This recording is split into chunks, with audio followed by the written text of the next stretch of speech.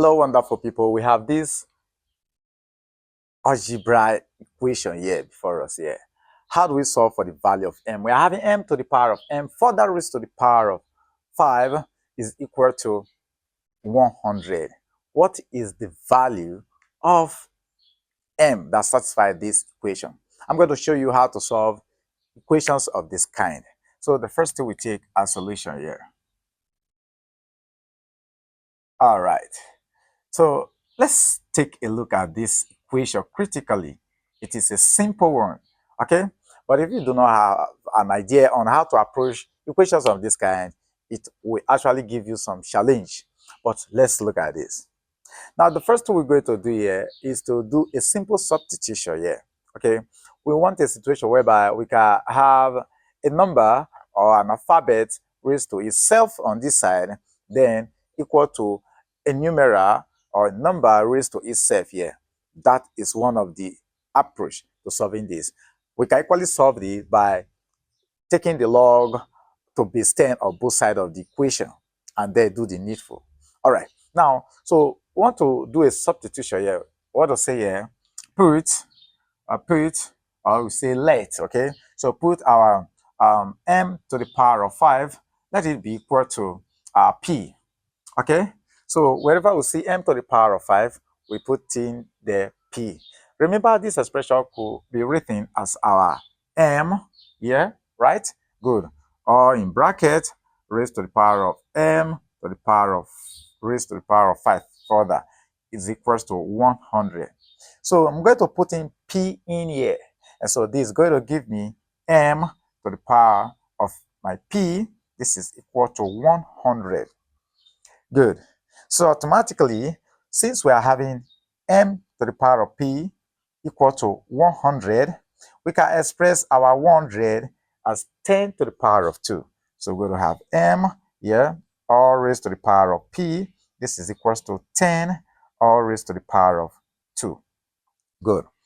Now, all we just have to do here is just to use this to open up this here. So this could be written as our m to the power of p. This is equals to 10 to the power of 2. Okay. Then, remember, we said we want to have a quantity that will be raised to itself on the left-hand side. So for us to do that, as the x, here we are having 10, right? Good. So I want to raise both powers to 5. Why? Because we are having m to the power of 5 here.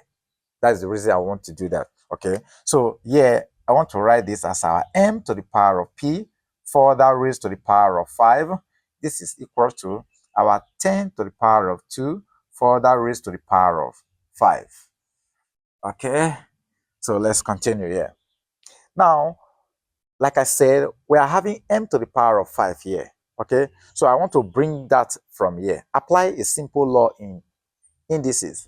The law which says that with your a to the power of, let's take x this time, a to the power of x, y is equal to your a to the power of your x, or in bracket, raised to the power of y. Okay, so if we apply that, then I can bring this in and take this p out. And so we're going to have this to be our m to the power of 5, or raised to the power of p. This is equals to 10 raised to the power of our, okay, 2. Let's keep this 2 all raised to the power of 5. Easy. Remember, we can use this to multiply this, but we'll get to that. Still applying this law, right? Good. Then we now recall, but what is our p? But p is equal to what? From here, p is equal to m to the power of 5. So we can bring in p here, m to the power of 5 here. So if we substitute, we're going to have m to the power of 5, or in bracket, raised to the power of m to the power of 5. This is equal to our 10. If we apply this law, we're going to have 2 times 5 to give us here 10. Okay, so what do you now notice? We're having m to the power of 5 raised to m to the power of 5 is equals to 10 to the power of 10 itself. So what does that imply? So it means our m to the power of 5 is equals to 10. Again, we are looking for m. So we take the fifth root of both sides of the equation. So then we now take our fifth root, on this other side. So this we go with this. So we're going to have m from here will now be equal to our 10 raised to the power of 1 all over 5. Okay, so this is the value of m that satisfies this equation. And if you plug this into the original equation, you'll discover that it satisfies the original equation. So this is how you navigate algebra of this kind. Thank you for being there. See you in our next class.